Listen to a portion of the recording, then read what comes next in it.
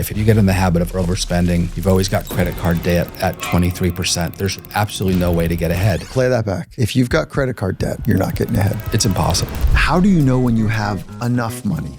And what does that even mean for the way that you live your life? I don't care whether you save $50 or $2,000 a month, but that saving must begin at day one because habits are important. Good habits are even more important. The ones who really end up with the massive wealth down the road are not the highest wage earners. It's about how much I'm saving and how well I'm investing. The power of compounding is the seventh wonder of the world. Welcome back or welcome to the Finding Mastery podcast, where we dive into the minds of the world's greatest thinkers and doers. I'm your host, Dr. Michael Gervais, by trade and training a high-performance psychologist. The idea behind these conversations is simple: to sit with the extraordinaries and learn, to really learn about how they work from the inside out. I'm stoked to welcome Brian Werdesheim, founding member of the Summa Group at Stifel Financial Corporation. During this conversation, we dive into the single most important thing wealthy people take advantage of to grow their money. As you think about your life and you think about where you are, just be mindful of the fact that things are very fluid. They're not standing still. You're going to get to a point to where it's going to become really important to think, what do I do to lock this thing down, but not get too conservative because I've got a lot of life to live and I don't want to have too much life at the end of the money. And I will tell you, that's a mistake that a lot of people make. I want you to reflect on your own relationship with money and what would you change if you defined what enough looks like. If the listener is paycheck to paycheck, how should they be thinking about money? The messaging is really simple, Mike. It's like, look. Wait, hold on. Yeah, think about that. If you're ready to create a healthier, stronger relationship with money, this is for you. So with that, let's jump right into this week's conversation with Brian Werdesheim.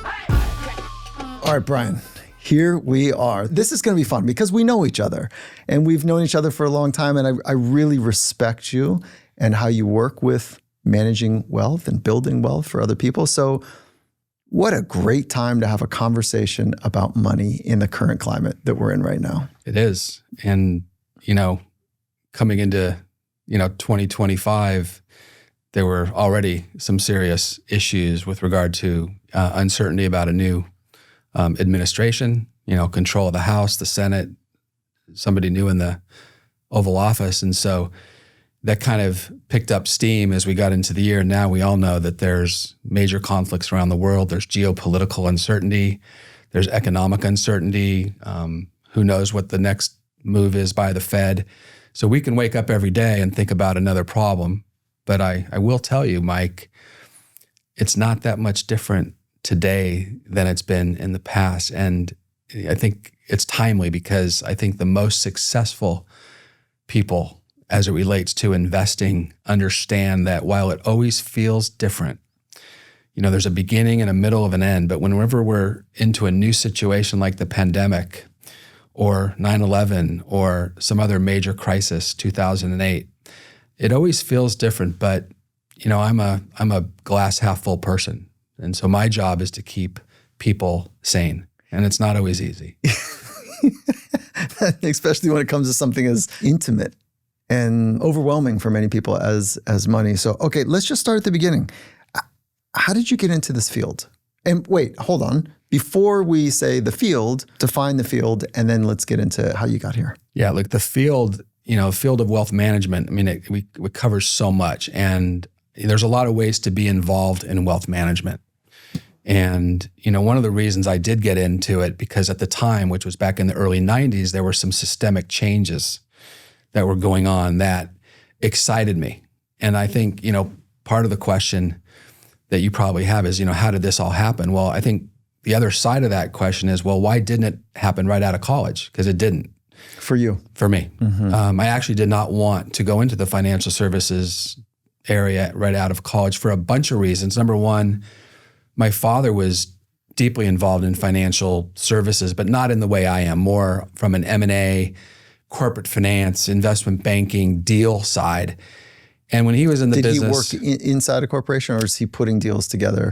between both. Yeah, both. okay. Yeah, he wasn't built for the industry that I'm in today. He was much more focused on a deal. Very visionary, good at understanding, where the hockey puck was going, and from telecommunications to insurance, number of other industries, mining. He had a good feel for things, but looking at the industry in the 80s and 90s, it was very transactional. And I didn't think that I would be very good calling somebody, picking up the phone and saying it's time to buy Nike or Microsoft.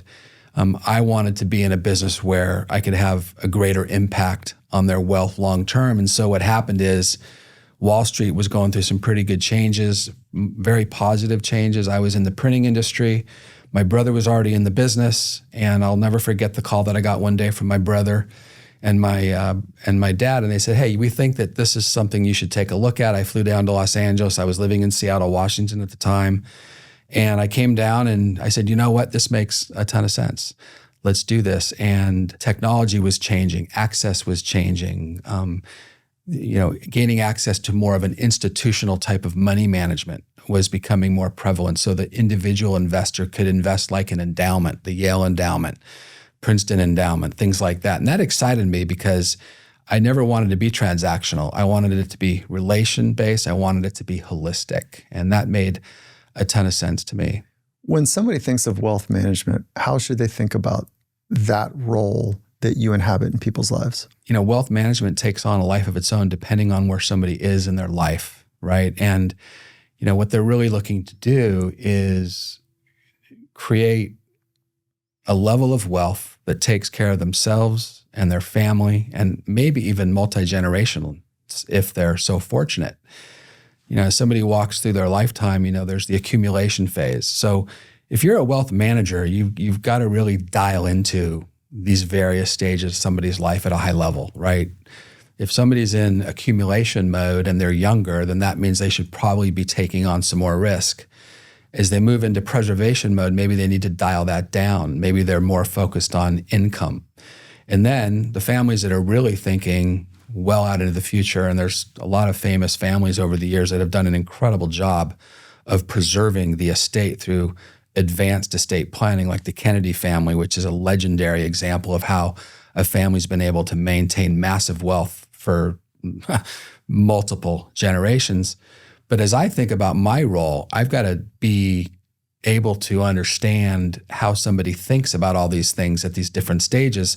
So like today, we have clients at every stage. 1 minute I'm talking to a client who's trying to figure out how to optimize their giving through philanthropic activities in the most tax efficient, in the most responsible way. Next minute is I'm talking to a company founder, just had his first or her first major liquidity event. And now they're thinking about their life differently, right? As a wealth manager, what I've got to do is I've got to be able to connect with them and understand what happened in their life up to this point so that I can be the most responsible steward of their capital going forward, not just from growing it, but from a trust and estate perspective, from a tax perspective. So a really good wealth manager knows what they know. And I think maybe even more important, knows what they don't know. Yeah. We're going to open up the relationship piece because I've had a handful of wealth managers that were very transactional. And then I met you. And it's different. And not only are you helping kind of manage the asset, but you're intentionally wanting to understand what my ambitions are, what my dreams are, and then introducing me to people to help move that ambition forward where there's a mutual fit between my ambitions and maybe another one of your clients' ambitions. And, it's awesome. And I haven't met anyone like you. And so that's one of the reasons I wanted to have this conversation. And I'm going to say it again is money is intimate. There is a lot of anxiety around it for many people.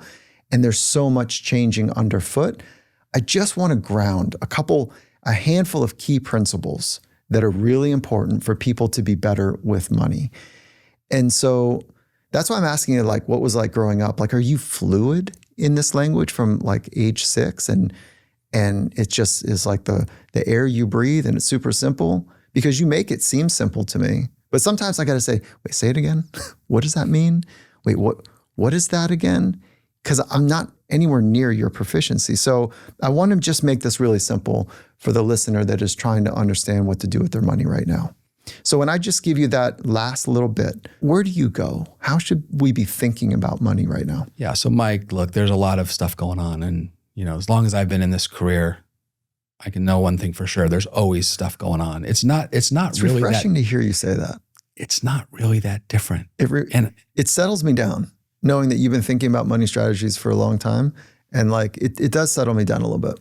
And what I was saying is the planning part is so important, because if you do the work up front and you know everything about somebody's life, about their money story, and we're going to talk about the money story hopefully at some point during this session, then they're going to feel better about how they're investing. And when we run into turbulence, when we run into uncertainty, when we run into outlier events, tail risk, which is 9/11 or the financial crisis or the pandemic, if I've done my job and I've got a plan for them and we know exactly what type of return we need to earn over an extended period of time to make that plan work, they're just going to be so much more comfortable. They're going to be a lot less likely to hit that eject button at precisely the wrong time. And I will tell you that over the course of my career, the thing that has separated, the really successful investor who we've worked with for a long time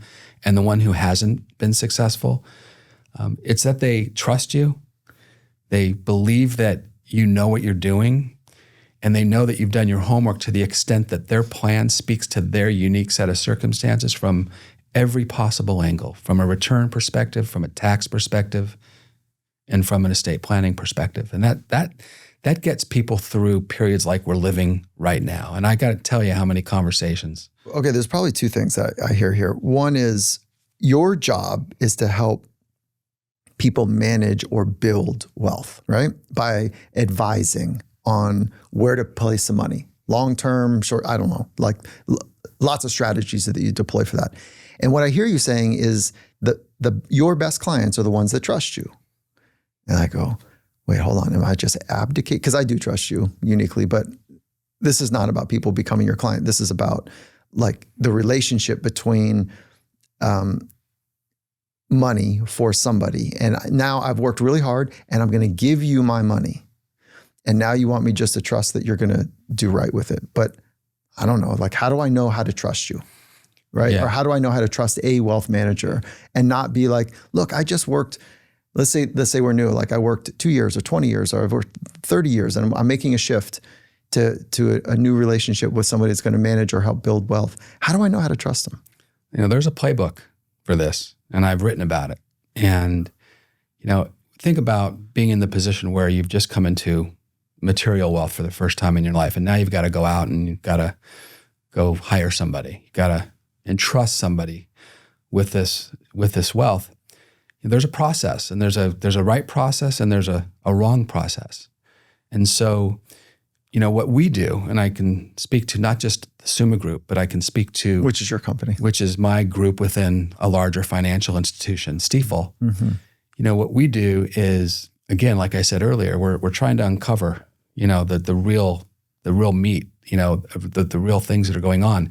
When we have that first meeting, our only agenda is related to 2 or 3 things. Number one is we're trying to establish that there's some common set of values between what we do and the way they think about things. And what I'm really saying is, if there's not a high level of alignment between the most important things that relate to, their value system and our team's value system, then it's probably not going to be a relationship that's going to stand the test of time. Example? When you get into a really rough period, and let's say the relationship's relatively new. Let's say you're in the second year of a relationship, a pandemic comes around, markets are down 30% in a few months. They don't know you that well. That's a real challenging situation. But if you, before bringing them on as a client, ask them the really difficult questions like, what are you going to do when the you-know-what hits the fan? What are you going to do when I call you up and I tell you, you know what, we're down X% in this relatively short period of time? Now, if they, believe that we've done everything that we possibly can to put them in a strong position. With each battle that you go through together, that trust builds. So like you can imagine, I mean, I've been through the tech bubble. I've been through, 9/11. I've been through 2008. I've been through the pandemic. Now, the relationships of ours that go back that far, it's not that difficult because they've been through this with you before. And they just, I can't explain it, Mike. They trust you and you're their, I'm their advocate. And we're going to talk a little bit about, client advocacy. But like just going back to that first meeting, what I'm really trying to do is give them a playbook for how to make the best possible decision for how to hire an advisor without an emotional attachment as to whether or not they hire me or not. My job, educate them, let them look under the hood, give them full transparency with regard to fees. How does this crazy process work? How do I know who to really trust? What are the key things that make an investment or wealth manager successful? And what happens is that disarms them and they suddenly become, you can see all the tension leave their body because they see for the first time that this person on the other side is actually only interested that they make the best possible decision, whether or not it's me or not. Finding Mastery is brought to you by Mack Weldon. If you've been a community member here at Finding Mastery for a while, you know our position on confidence. It's built from the inside out. It's not about flash. It's about really knowing who you are and showing up with clarity and conviction, a sense of purpose with substance. And that's why I'm so excited about what Mack Weldon is doing. They make clothes for men who live that same philosophy. It's understated, it's sharp, it's grounded in quality pieces that do not scream for attention. More like they quietly say, I've got this. Right now I'm wearing their Latitude bomber. It's clean, it's simple, travels really well. And whether I'm heading to work with an organization or just grabbing dinner, it's great. And their silver and denim jeans, it's an elevated fit, it's got great fabric, and somehow they feel broken in from day one. They did a really nice job with them. And what stands out most to me is their mindset. Mack Weldon believes, quote, knowing is more important than showing. And that really resonates here with what we're doing at Finding Mastery, working from the inside out. And if that aligns with how you want to move through the world, I'd encourage you to go check them out. Head to mackweldon.com and use the code FINDINGMASTERY for 20% off your first order of $100 or more. Again, use the code FINDINGMASTERY at mackweldon.com for 20% off your first order of $100 or more. So how does a wealth manager make money? There's a lot of different ways depending on how your business is built. Our business is really simple. We earn a percentage, a fee based on the assets that are under management, and it's based on the values of the accounts at the end of every quarter. And so it's very transparent, it's real simple, it's straightforward. We sometimes refer it as to a success fee, meaning as your assets and your wealth is growing, hopefully ours is too. And of course, there's a lot of different things that come into play with regard to fees in terms of whether or not you're investing in cash versus bonds versus equities versus hedge funds versus private equity. So there's a full spectrum. Two things. You make money when the client makes money. So you're not, there's that other kind of skeptical, cynical view, which is like you get paid for every transaction. So you're underneath the surface making all these transactions and you're paid a dime for every transaction. And I, the client, have over time made $1, but you've done 10 transactions. So now you've made $1 and I've made $0. And that is called a conflict of interest. Mm-hmm. And that, again, one of the reasons why I was not really considering this business, right out of college is even at that time, it was still a very transactional type of relationship. I didn't like the idea that I had to sell something to generate a commission to feed my family. It doesn't make any sense to me. By the way, I wouldn't have been any good at it anyway. I would have been out of the business very quickly. So when you look at successful advisors, elite advisors, what they're really trying to do is to remove all the conflicts of interest so that the client's not questioning as to what the motivation is behind that particular investment. Because you want to get your client to eventually feel like, I don't know the percentages exactly off the top of my head, but what would be a great year? What's a good year relative to the stock market?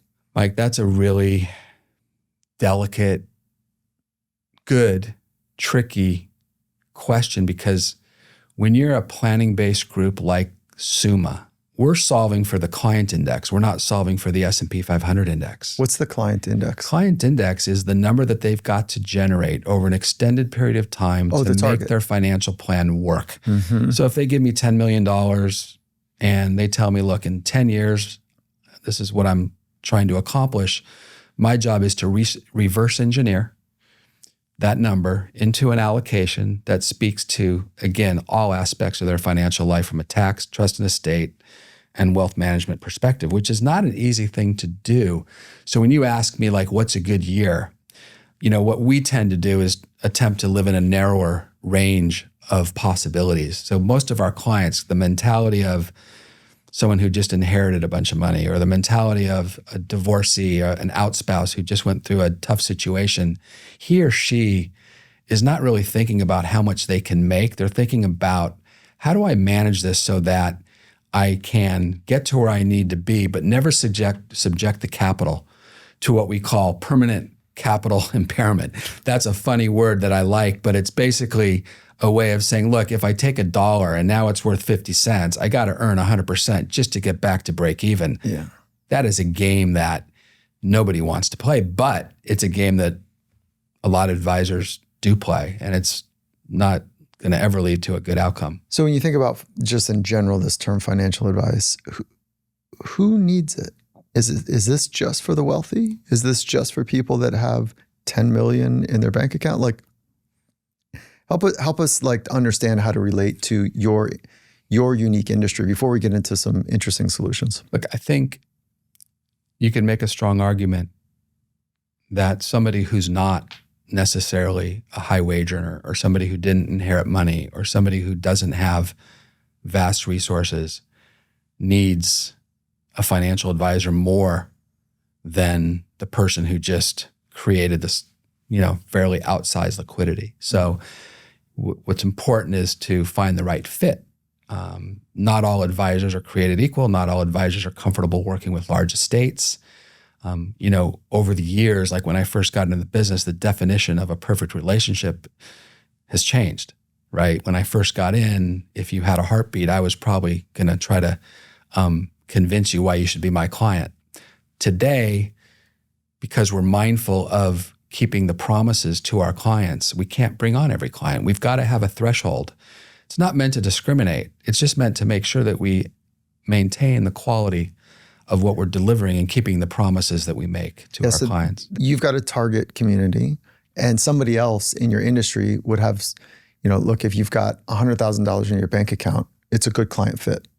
And there's some people that have 100 million, that's a good client fit. And, so I know the band that you're working for around in your client base, but I also just want to make sure that, like, if the listener is paycheck to paycheck, how should they be thinking about money and building their asset to their best ability? Look, when you think about financial success, there's only 3 or 4 variables. Okay. It's how much you make, it's how much you save, it's your growth on your assets, and then there's a thing called inflation. Wait, so do it again. How much you make, how much you save. So that's a margin of how much you're spending. Yep. Right? And then what was the other 2? The other 2, one is inflation, which was very benign for decades. I mean, most of my adult life, there really wasn't a lot of inflation, but there have been periods of time where inflation changes everything. Oh, well, it's just the last couple of years. Certainly it's a hot topic right now, right? Yeah. And then the final thing, how well is your money doing? How is it growing? But the saving thing, Mike, is huge. Like my team works with a lot of different interesting folks many of whom make very good livings. You'd be surprised, though, the ones who really end up with the massive wealth down the road are not the highest wage earners. And this speaks to your question, like, what should they be thinking about? Like, my daughter is starting her first job in 30 days. And we're doing budgeting exercises. We're talking about how much can you afford for rent? How much is that going to leave for going out to dinner, having going to a show? And what I told her is, I don't care whether you save $50, $100, $500, $1,000 or $2,000 a month, but that saving must begin at day one, because habits are important. Good habits are even more important. And if a young person can get into that mindset where it's not about how much I'm making, but it's about how much I'm saving and how well I'm investing, that person, I mean, again, the power of compounding is the seventh wonder of the world. Hold on, making, saving, and investing. I do not want to lose that last point, which is you said the seventh wonder of the world? The power of compounding interest. Compounding interest, of course. Okay, so we'll get to that. Now, if I make $6,000 a month, $72,000 a year, how much are you advising me to pay for rent? How much are you advising to pay for entertainment? And how much are you advising for, and just think about like your daughter or me personally, how should I think about that? Obviously, geography comes into play. I mean, if you're living in Mobile, Alabama, right, and you can get an apartment for, $600 a month versus New York City, Manhattan, where a young person coming out of school and $3,000 is barely getting it done. A tiny little space for two people is probably $6,000 a month. Yeah. And that's hard to find. So let's say rent is expensive. Let's say it's $3,000. It's half of what I'm making. Oh my God.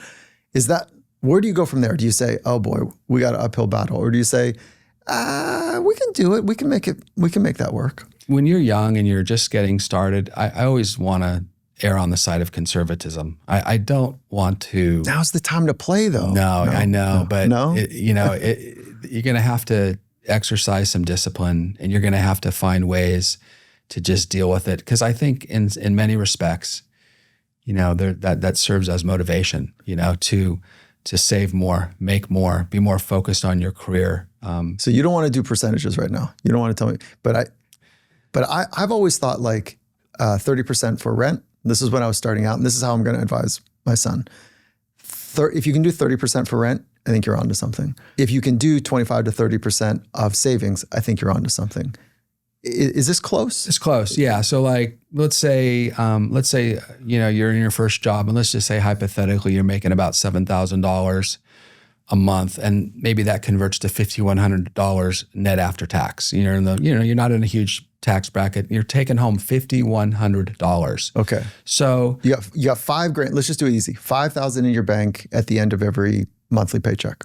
And you're living in New York City. So what's the number? I mean, it's really tough. I mean, it's not going to be less than $2,500. So I'd be okay with that. And that's 50%. That's 50%. So you're doing after taxes. After tax. After taxes is the number. Now, if you want to use $7,100, $2,500 is a lot less than 50%. But you're doing after taxes. I'm using after taxes. Okay, so then what do you do? So you've got 50% going to rent, which is pretty reasonable in today's market in the city life. How do I think about saving, and how do I think about spending, and how do I think about investing?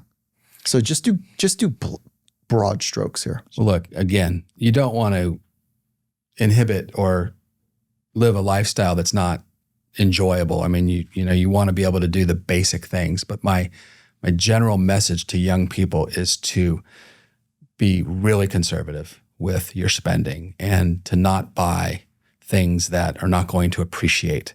Okay. And I just say, look, it's discipline, and these are good habits. Like I was saying earlier, these are really good habits, and they're going to live with you for the rest of your life. If you get in the habit of overspending, you've always got credit card debt at 23%. There's absolutely no way to get ahead. As far as investing, play that back. If you've got credit card debt, you're not getting ahead. It's impossible. I don't think I ever told you this. When my wife and I were really young, this is going to sound as corny as you can imagine. Susie Orman was someone we talked about a lot. Do you remember Susie Orman? I remember on her TV? well. I think she's still somewhere. Yeah. And so Susie Orman was a financial advisor. I don't know what her role, like her title was, but like she would talk in plain English about money. And we watch her, I think it was like Saturday night or whatever, but we tape it or whatever we did. And Susie Orman said things like, never cash out your 401k. Pay yourself first before you're paying rent. And if you can't afford the rent, pay yourself first, which means like put it in your savings account. Take care of you before you're paying rent. And if you can't afford the rent and you're not paying yourself, like something's kind of wrong. And it was just basic ideas that carried us. And I do remember, I think you're going to love this, of course, which is the appreciation bit. I could buy a new watch, or I could take that money, hold it until I could buy something that is going to work for me. And I love that thinking. From a 20-year-old, I was like, wait, I want my money to work for me. I don't want to work for my money. What does that really mean? That means I need to figure out how to buy things that are going to work in the favor or the direction of the life I want to have and the thing that I'm trying to build. That simple little idea eventually led me to trusting you. So talk to parents right now. We have more parents like that age group than we do like the kids. So I know people are tuning like, wait, hold on. I want to hear this again. Mm-hmm. How do I talk to my kid going into college about basic kind of money stuff? The most important thing for that, again, that young person is to be either with an advisor, or if they're that person who feels comfortable, with the financial markets where they're buying, low cost index funds or other types of investments that they can dollar cost average into over time. Dollar cost averaging is what you and I have been doing for a long time with regard to our 401k or our IRA. It's basically taking the same or increasing dollar value, putting into that same investment account every month, whether the market's up, down, sideways, knowing that over long term, that money, if it's invested well, will grow more so than you could possibly ever imagine. That requires a lot of discipline. So the young person and the parent who's talking to their kid, the messaging is really simple, Mike. It's like, look, the sooner you start saving, the sooner you're going to get to a point in life to where your lifestyle is actually being funded by your investments and not your career. Think about that. That's right. That's the idea. And let's say that I've got, what's the magic number? 20,000, 50,000 in savings. At what point should I, and because we need some money for a rainy day. So we're doing kind of really early career people now. Let's say 100 grand is in the bank account. Okay. What would you say their percentage should be allocated to investments? Are you talking about asset allocation right now? Yeah. Like in terms of stocks, bonds, cash? I'm brand new. I got $100,000 in my savings account. How old are you? Let's say 28, 26. Yeah. I mean, unless you have some unusual fear related to the financial markets, no less than 80% should be invested in equities. There you go. That's pretty aggressive.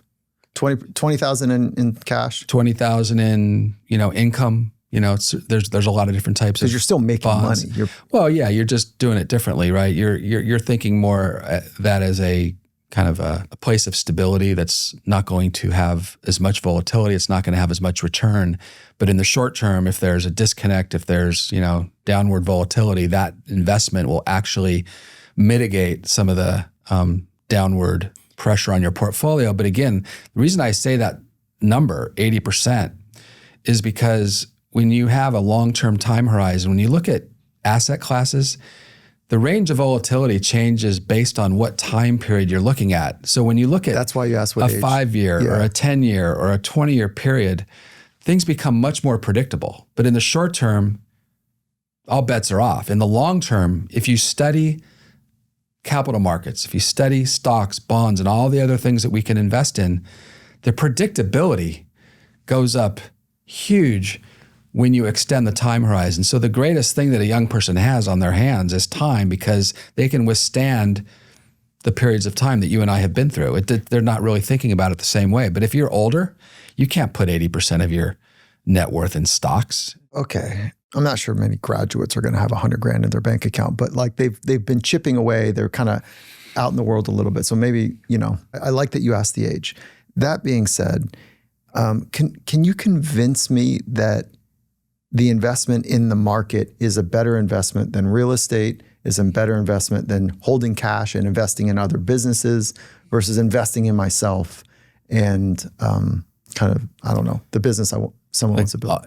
All those questions relate to where you are in life. Let's go 30. Let's go 35. Had a job for 10 years, got a little bit of cash to play, and I'm starting to really think about next phase of life. I mean, again, there's so many variables that come into play here with regard, and I'm not trying to avoid your question, Mike. It's just that there's so many variables that come into play, and it's hard to give one answer.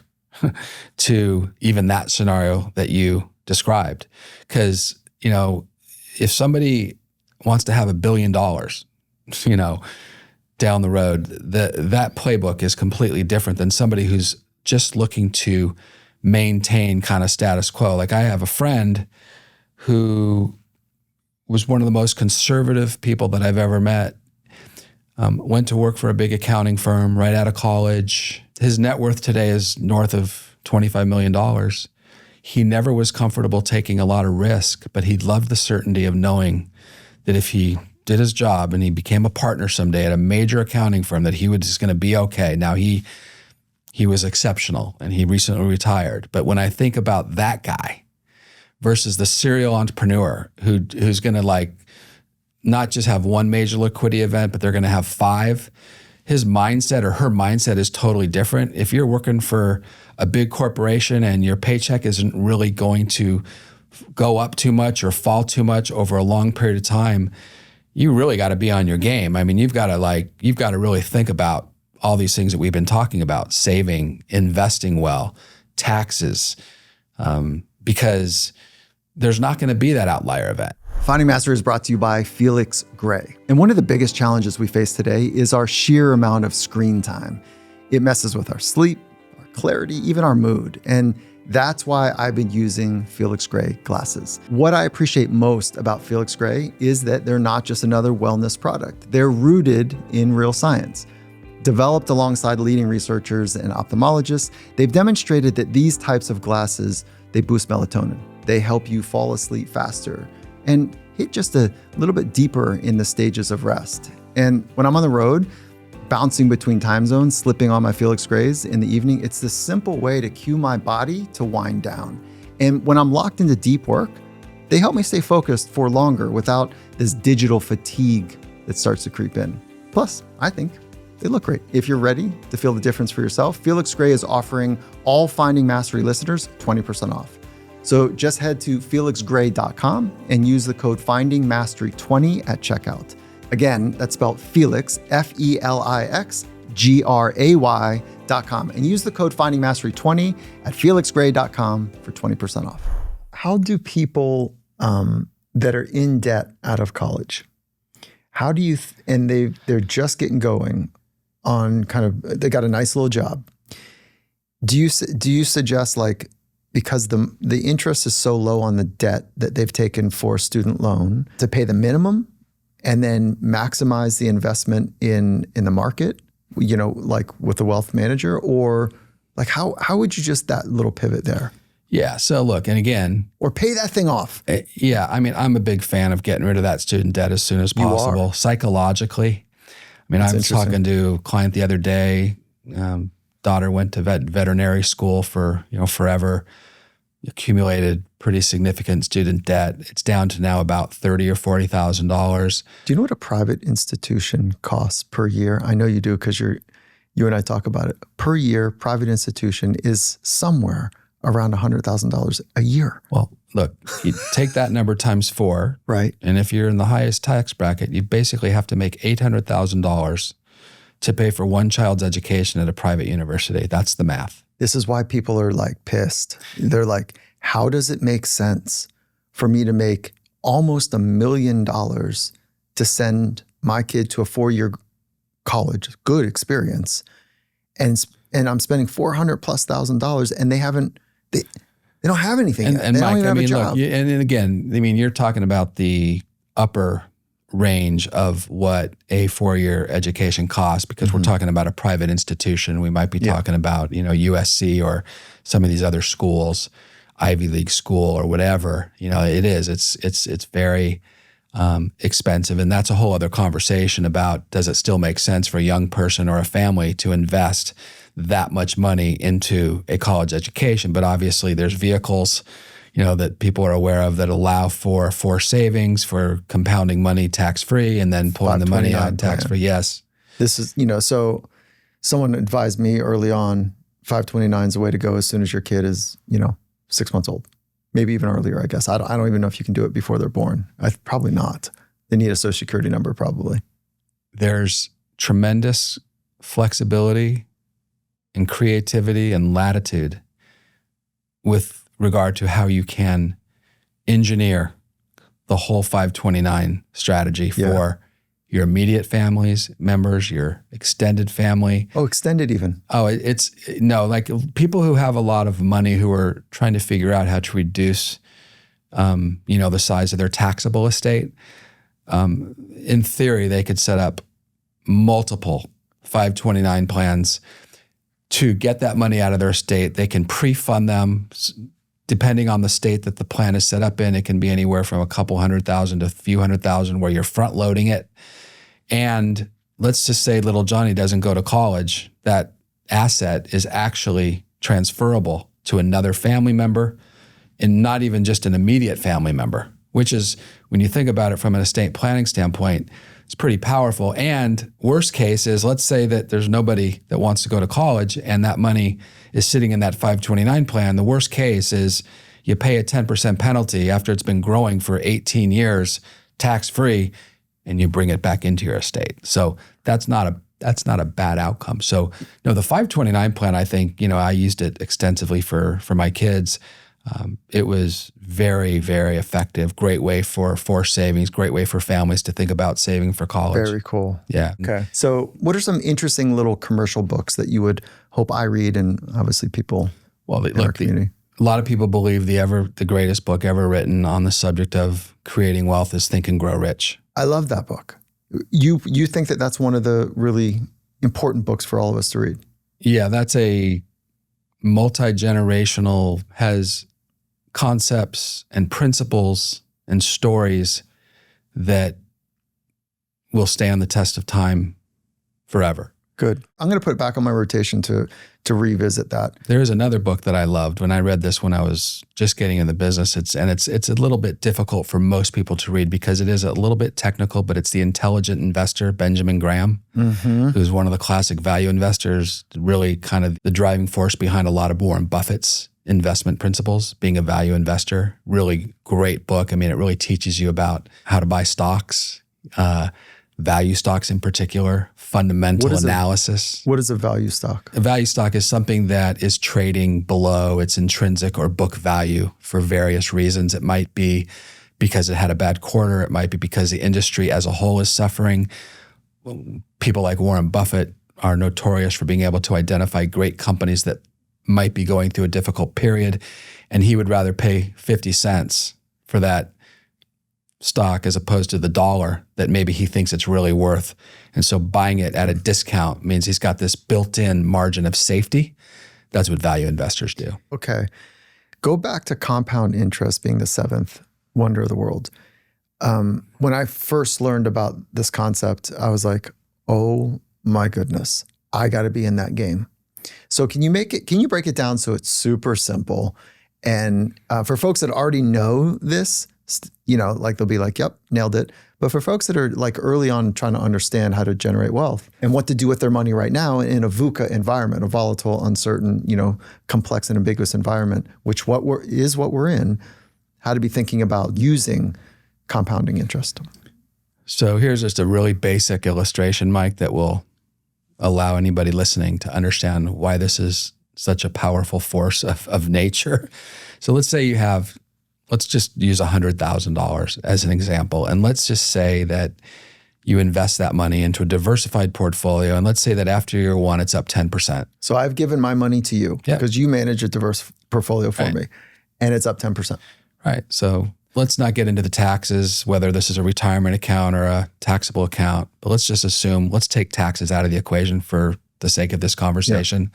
But let's just say it's up 10%. So now that $100,000, when you wake up on, January 1st, you had a 10% year, it's worth $110,000.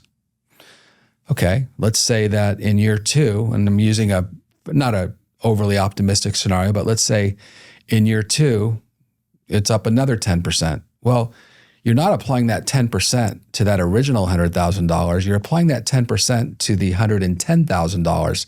And when you're applying that 10% on $110,000, therein lies the power of compounding interest over long periods of time. Now, year three could be a year where you're down 5%. And then year four, you could be up 15 or 20%.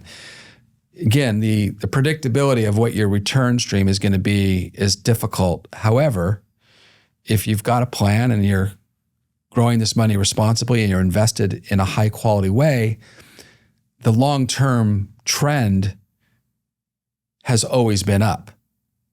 Because if you look back, again, 100 years, if you own high quality assets, they should appreciate. And the compounding impact for a young person is one of the greatest assets that they have in their favor, because again, they've got the ability to persevere through all of that volatility, all these events that are inevitably going to always, come into play. When did you start investing for your kids? When did you start creating a little portfolio for them? So, well, technically speaking, even though the money went to fund their college tuition, I initiated those 529 plans right after they were born. Yeah. And then I just dollar cost average into them every month for 18 years. Okay. And thankfully, as a result of that, there is no, iceberg out there that I'm looking at in terms of, oh shoot, I've got to send the check in August to the school to pay for tuition. And I think that's really, really important because, if you're making X and all of a sudden you've got to make a, $70,000 tuition payment, which by the way, you got to make, a lot more than that to pay for the 70, that is not a sustainable financial plan. That's not working for most people. Mm-hmm. Yeah. Okay. How do we think about what's enough when we think about like money? How do you think about enough? So we have a lot of different types of clients where there's never enough. Examples of clients where the earnings are, just use a number, $5 million a year. That's a pretty healthy living, $5 million a year.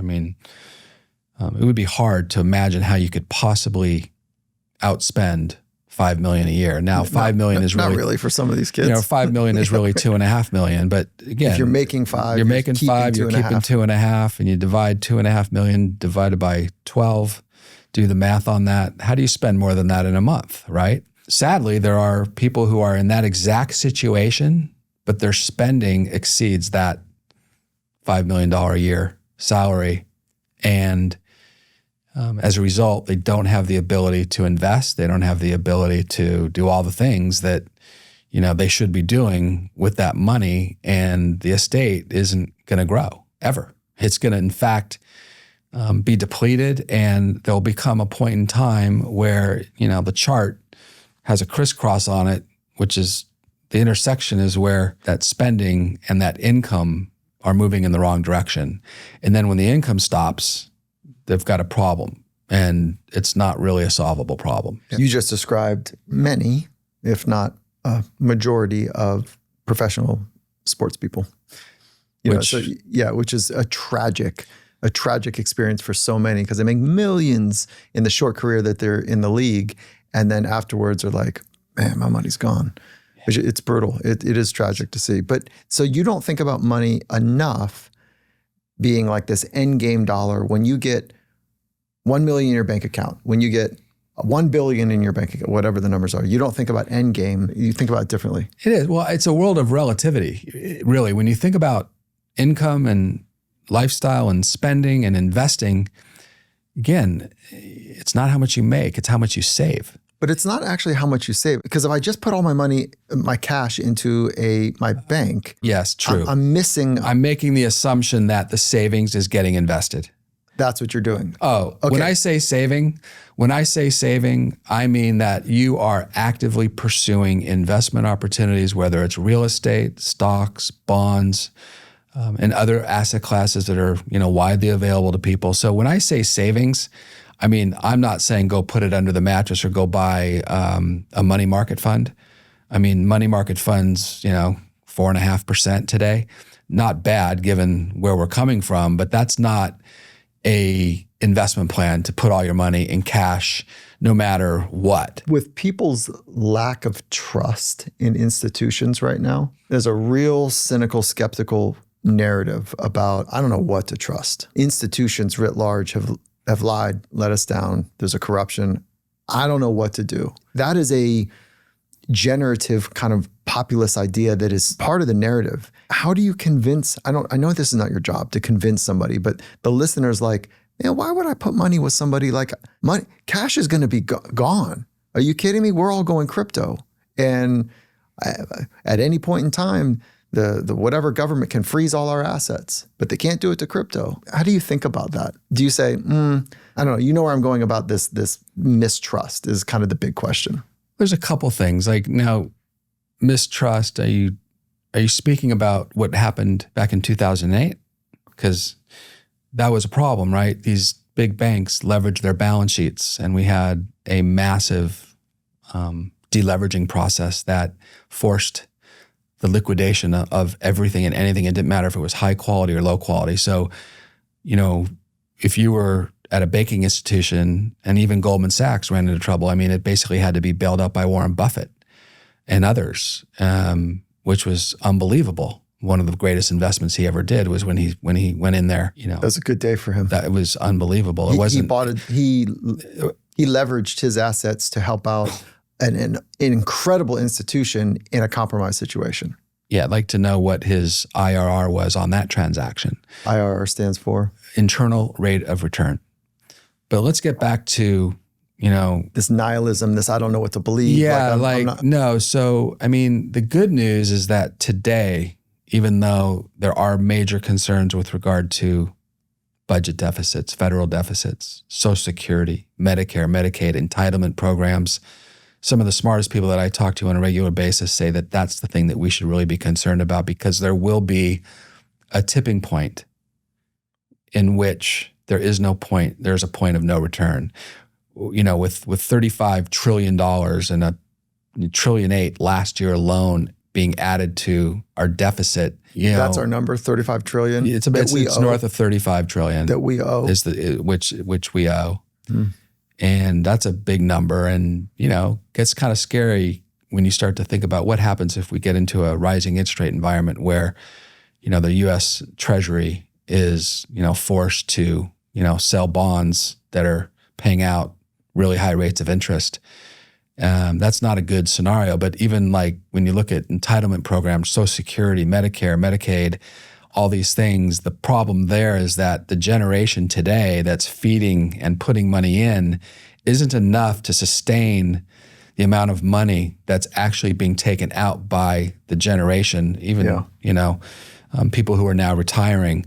And so there's a mismatch. And if we don't solve some of these issues, it could present some challenges. But regarding financial institution strength and, kind of some of the things that you were referring to about trust, I think the banking industry today is actually on way better footing than it was 15 years ago. It's not even close. Mm-hmm. The regulatory requirements, the transparency, a lot of these big banks were forced to sell a lot of assets to deleverage their balance sheets. So actually, I feel really good about the banking system.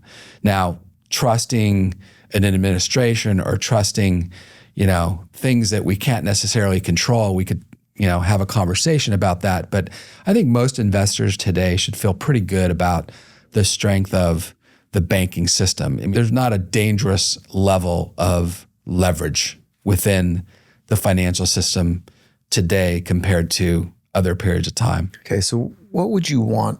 1, 2, 3 things for our listener to take away from our conversation. What are the high notes that you hope people can understand and or take action on? One of the most important decisions that a family, not so much a student right out of college, but a family makes has to do with whom they're going to entrust their wealth with. I think that's a big thing. And there's a right way and there's a wrong way to do it. Secondly, as you think about your life and you think about where you are, just be mindful of the fact that, things are very fluid. They're not standing still.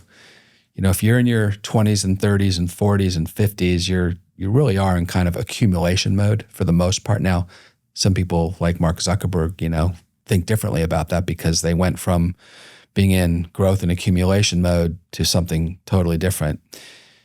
And then be mindful of the fact that that's not going to be forever. And then you're going to get to a point to where it's going to become really important to think about how do you protect this? right? And what do I do to lock this thing down, but not get too conservative, because I've got a lot of life to live and I don't want to have too much life at the end of the money, is what I like to say. And I will tell you, that's a mistake that a lot of people make. They get too conservative too early in their life because they're looking at things a little bit differently. So if you're with a really good advisor, that person's going to make sure that you don't run into that problem. And the way to do that is to bring in a healthy combination of growth and income. And then a lot of our families are in a fortunate position to where they're starting to think about distribution. And, estate planning is huge. And, right now I'm speaking to, an audience that is maybe not your whole audience, right? Because estate planning really is where you're trying to pass wealth in the most tax efficient way possible, and to also protect your estate from the government and from not being efficiently distributed upon your demise, right? And there's a lot of things that people need to do and think about as they get older. And look, philanthropy, as you know, Mike, is a big thing for me, and I advise my clients on that. And I think that's another thing that, people should be thinking about. It's a part of the relationship, that you have with your advisor. And hopefully, as you kind of get to that phase, you can have intelligent conversations about how to utilize your wealth to empower your kids and your next generation. That's a big thing. That's a thing that you can do by setting up a family foundation, let them sit on the board of the foundation, give them decision-making, let them see what the world's, what's going on out there and how they can make a huge impact. So yeah, these are the types of things, Mike. I mean, when I think about my relationship with my clients, I never think about it in transactional terms. I don't think about it in terms of how well we did in any particular year.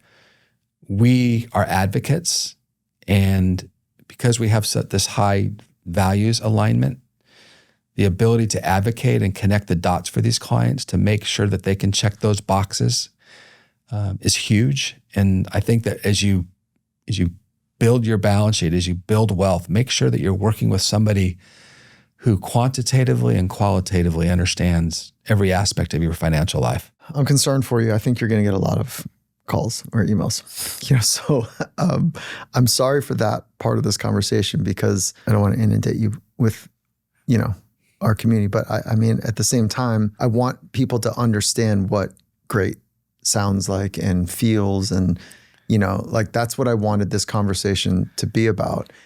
And you knocked it out of the park in that way. And also, just a couple very practical ways to think about what to do in our current environment with money. And you're still going to point to invest, save, don't get caught in the spend loop, save as much as you can, get that over to a financial advisor, someone that can invest for you, and trust that person, set it, let them run with it, let them do their job. Ask questions is what I do, but I'm not trying to inspect, I'm just trying to understand. Yeah. And I think if you're a parent, again, going back to the importance of your kids understanding how all this works, and there's just so much information available to us today, like it was never available to you and I when we were that age. There's such a wealth of information. But as a parent, just really instill the right values about money, the respect for money.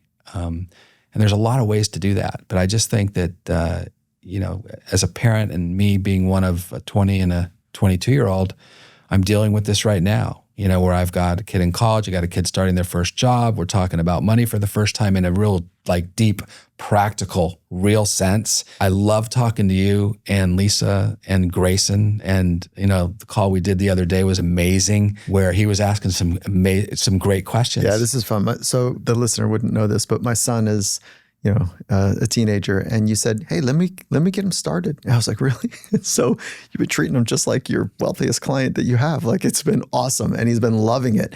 And so this is now, just speak to the listener. If when you're thinking about who you're going to invest your money with, whatever that is, make sure that they're interested in your whole family. And you could bring your teenager to the dance, and then that person goes, look, It's a whole family. I'm going to take care of all of you and I'm going to help you. I'm going to be a partner in this thing. And so it's awesome. I love just kind of being a fly on the wall and listening to how you're speaking to him and challenging him and helping him think about investment. So thank you. It's education, right? Yeah. I mean, that's one of the things we deliver. And I think helping the next generation really feel comfortable with money. And I mean, knowledge is power and as it relates to your financial situation. And the more you know, the more empowered you are, the better you're going to feel about what you're doing. And the more incentivized you're going to be to actually save, because you know if you save and you know how to invest and you're working with smart people, it's fun. I mean, it's exciting, it's fun, it's dynamic. And I'm basically, I'm paid to be informed on a lot of different subjects. The most important one being how to invest my clients' money. But I will tell you, if you asked a lot of my clients the question, what's the most important thing, that Brian, brings to the table? They're not always going to say it's just the investment returns. They're going to say he cares more about my money than I do, number one. They're going to say that he thinks outside of the box and he's so dialed in that, it could be a health-related issue. It could be a finance-related issue, a tax-related issue, a trust and estate-related issue.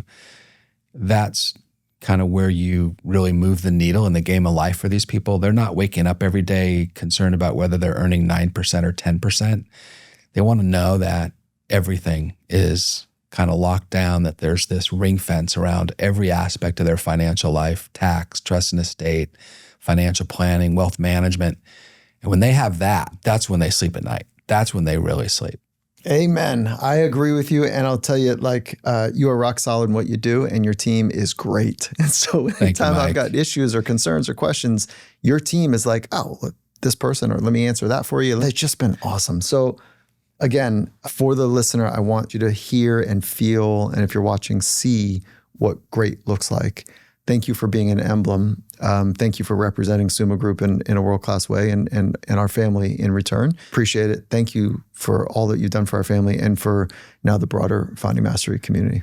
Hey, Mike, I'm a huge fan. I've been, talking to you a lot over the years about, this part of your life, and to be sitting here with you is amazing. Oh, cool. And I have a pretty good understanding as to why you are so successful, and your ability to pull from somebody's consciousness and to get the best out of them is magical. You've been amazing, and I'm just happy to be here. And I hope that there were some things that were shared today that will add some value to some of these listeners' lives. Thanks, Mike. Next time on Finding Mastery, we're joined by the incredible Oksana Masters, a 19-time Paralympic medalist, multi-sport athlete, and someone who truly embodies grit, humor, and resilience.